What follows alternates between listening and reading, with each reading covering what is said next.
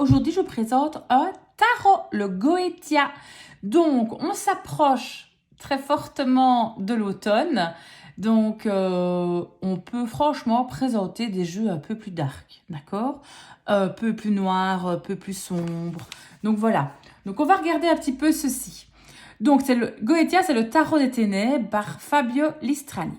Depuis les temps anciens, la Goétie a toujours représenté le reflet damné et obscur du champ lumineux et divin de la théurgie. Ce tarot de 78 cartes, créé et illustré par Fabio Listrani, chaque démon devient non seulement un arcane, mais aussi une source de connexion et d'association qui vous permettra de vous enfoncer dans les profondeurs de votre subconscient afin de faire briller votre lumière plutôt que de passer votre vie entière à refléter celle des autres. Donc voilà un petit peu ce qui est marqué derrière la boîte. Donc c'est des éditions intuitives, ok, collection de Los Scarabeo. Donc voici tous les côtés de la boîte. Donc on a une boîte en carton comme ceci. Voilà, voilà. Donc il s'ouvre comme ça, c'est vraiment très très bien. Alors, on a un petit guidebook qu'on va regarder.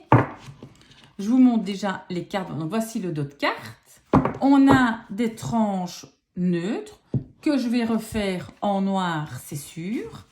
Alors, attendez, parce que j'ai l'impression qu'il y a des cartes qui sont pas remises. Voilà. Donc, d'autres cartes comme ceci. Donc, vous voyez, il est tout nouveau. Je viens de le recevoir, donc je ne l'ai pas encore utilisé. Qualité de carte parfaite. Vous voyez, elles se remettent bien en place. Alors, il est légèrement glossy, pas exagéré non plus. On va regarder un petit peu ce que le guidebook nous dit. Je mets de côté. Donc, voici le guidebook. Je l'ouvre. Des éditions intuitives. Alors, on vous explique un petit peu son projet est né à partir de quoi. D'accord. Goetia, le tarot des ténèbres. Donc ici, on a une style de prière. Ça vous explique le jeu. Ombre et démon. Donc, je pense que c'est pas mal du tout de lire ceci si vous voulez avoir plus de renseignements sur les démons. Je sais qu'il existait une version de luxe beaucoup plus grande avec des cartes, je crois qu'il y avait des effets holographiques dessus. Je suis plus sûre, mais je suis quasi sûre de ça. C'était beaucoup plus grand. La cabale et l'arbre de vie. Donc, ça explique quand même pas mal de choses. Ok. Le clipote et la voix de la main gauche. Clifote, pardon, dans la tradition qu'est la basque juive. Donc, ça vous explique vraiment beaucoup de choses. Donc, très intéressant à lire. Je vais vraiment le lire. Écoutez, je ne l'ai pas encore relu. Le subconscient et l'utilisation des symboles. Petit livret, mais complet. La structure du tarot.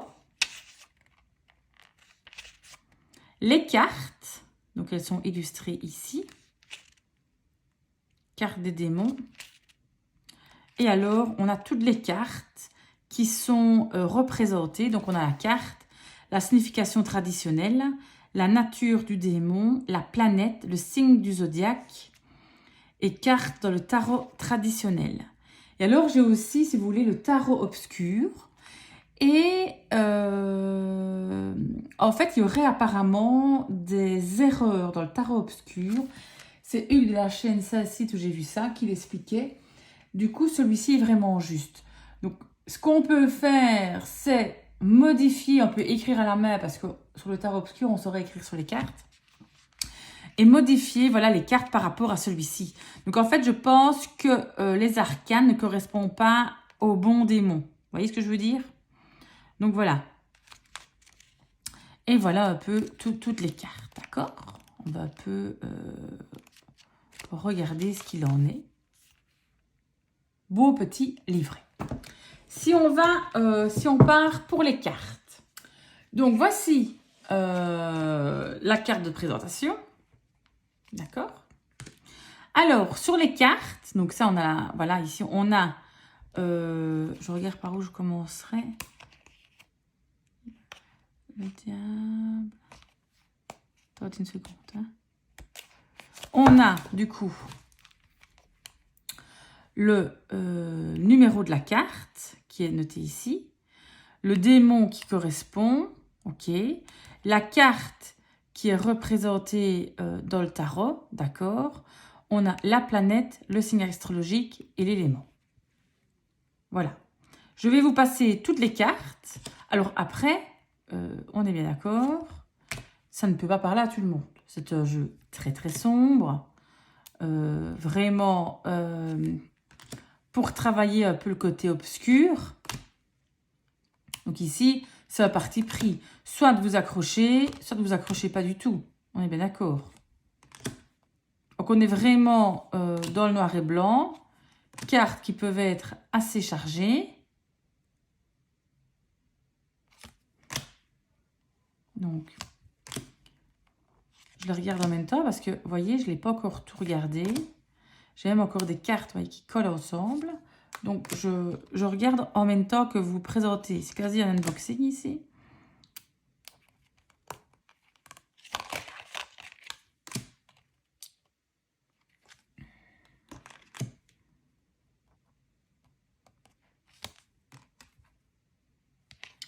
J'ai l'impression... Non, il n'y a pas collé.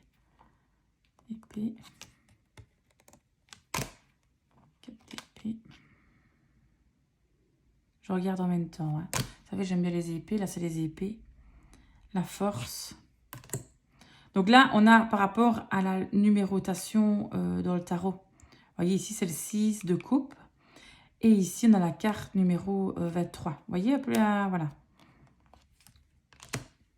La lune. Et c'est comme ça que je les ai reçus dans cet ordre-ci. Hein. Je ne l'ai pas mélangé encore.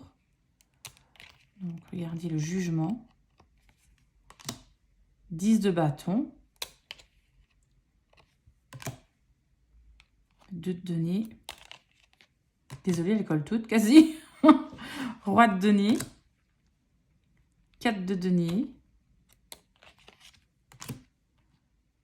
Valet d'épée.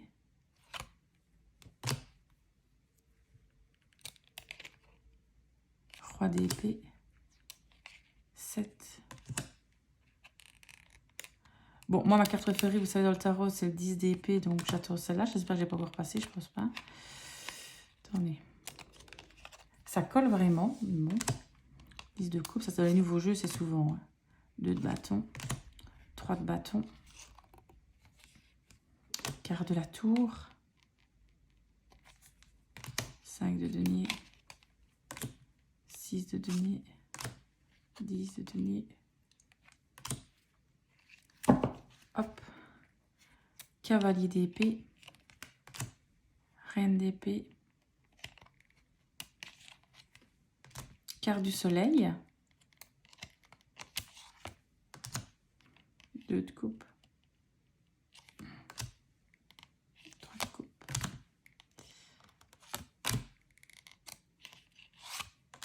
L'ermite. La roue de fortune.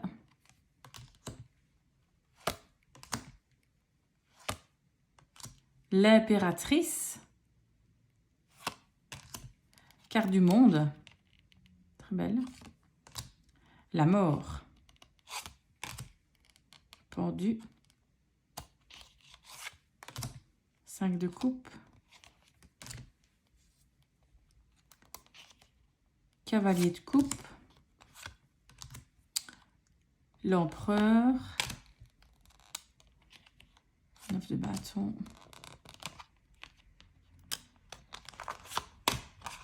La justice. 3 de denier. Ouais, elle colle vraiment. 5 d'épée. 6 d'épée. Je suis bien d'accord que y a des gens qui n'aiment pas du tout ce genre de jeu, mais je trouve c'est quand même intéressant d'avoir des jeux comme ça. Si on veut travailler sur l'ombre, on est pas mal quand même pour des jeux comme ceci. De coupe. Regardez la papesse. Le magicien. Ok. L'as d'épée. L'as de coupe. Pareil que j'ai l'as de denier. J'ai loupé le 10 d'épée. Ouais, c'est au début. Les amoureux. et le diable. Voilà, et alors, attendez, moi je vais retrouver le 10 d'épée. Voilà le 10 d'épée. Il est comme ceci. Alors, je pense qu'il faut vraiment analyser la carte.